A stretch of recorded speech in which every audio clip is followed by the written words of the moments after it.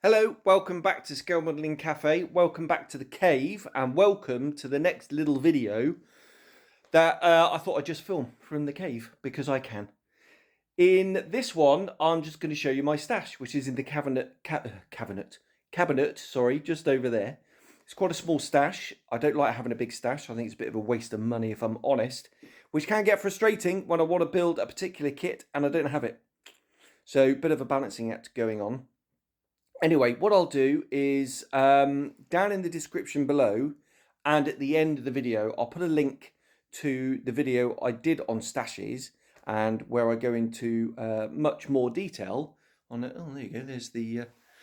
There's the Squadron Print collection. Oh, and the model collection there. So what I'll do is, like I say, I'll put that at the end, and you can go and watch that if you haven't watched it already. And I'll just give my 2 pennies worth on stashes really, and why mine is quite small.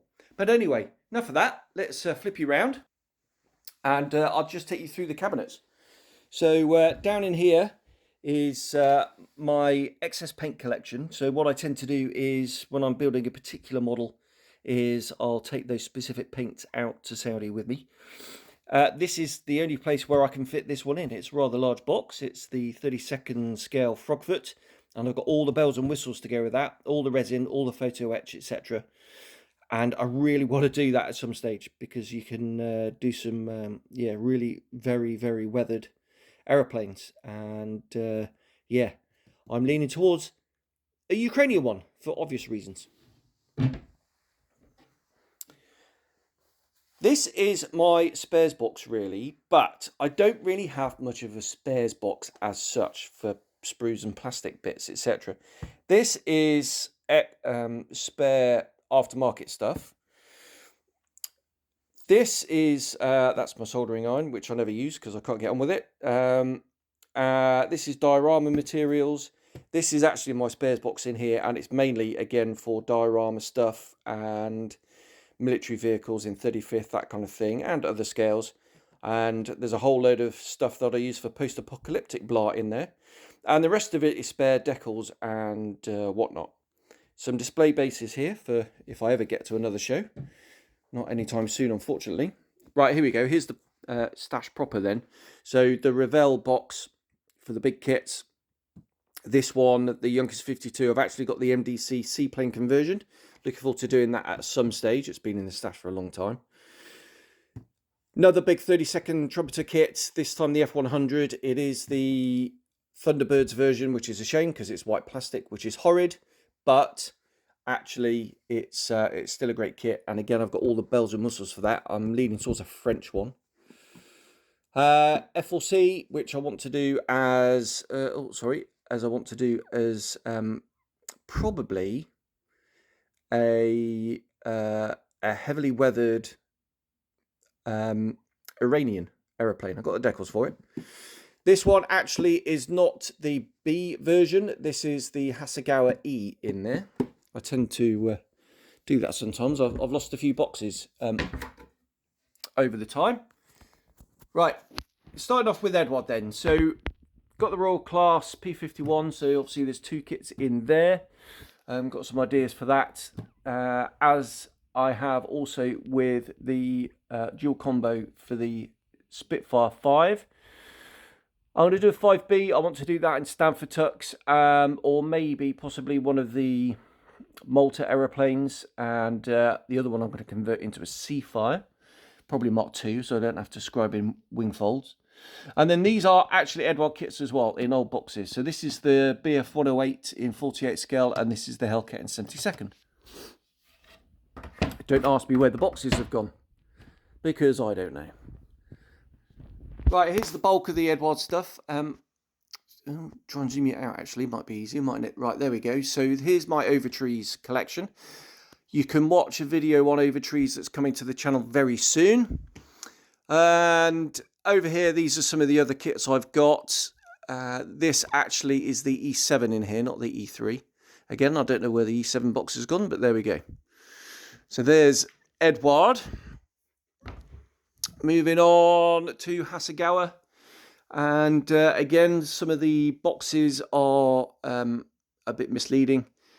because this is not the Cyber Hobby 109. This is a Hasegawa 109 K4 in 32nd with all the bells and whistles ready to throw at that. This isn't the Tamiya P47 either. It's the Revell, which is Hasegawa really, F4U7 Corsair, which again, I really want to do at some stage. But again, that's been in the stash a long time. A modest Airfix collection. I do have a couple of other Airfix kits out in Saudi. This one is interesting though, the Seafire 17, because what I'm going to do with that is actually I'm going to kit bash it with the Eduard Spitfire 16 to make a sort of modern state-of-the-art one. That's going to be easier than bringing the Airfix kit up to scratch. But this box is signed by Winkle, which is really quite nice, and that's something I really want to do at some point as well. A few other bits and pieces in there.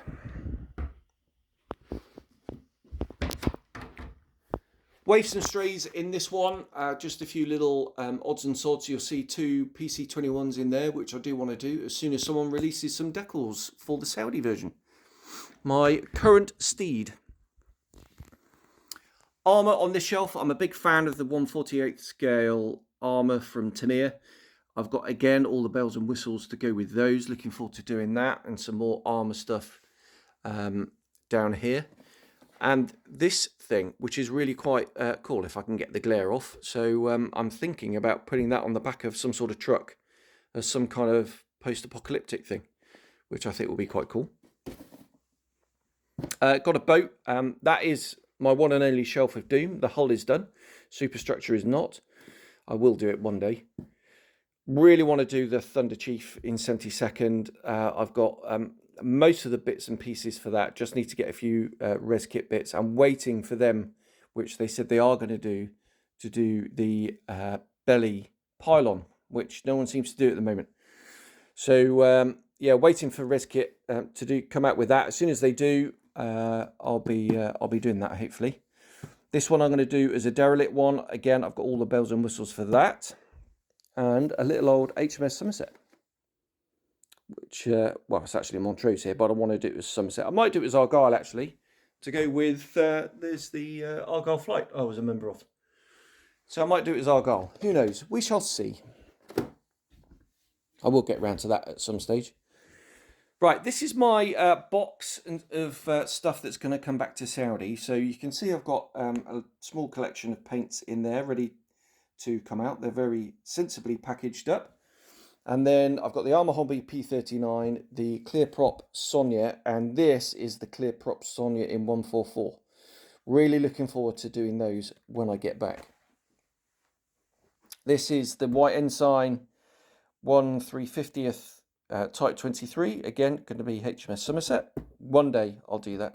One day.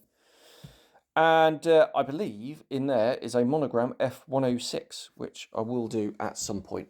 I just need to pluck up the courage to do a full rescribing job. Or I may just move it on and get the trumpeter one. And this is just some memorabilia from the career. There's my badge or patch collection, which is going to be some stage. There we go. Right, flip you back. So that's the stash. I think you'll agree it's quite meagre. There's nothing really in the bottom cupboards of worth a note showing you. So yeah. So at the end of this video, as I said at the beginning, I'll put a link to the stashes video, and you'll see exactly why it's actually relatively small. All right. Right, one more to go, which is going to be the display cabinet behind me. So I'll do that after a cup of tea. I'll see you then. Cheers. Bye-bye.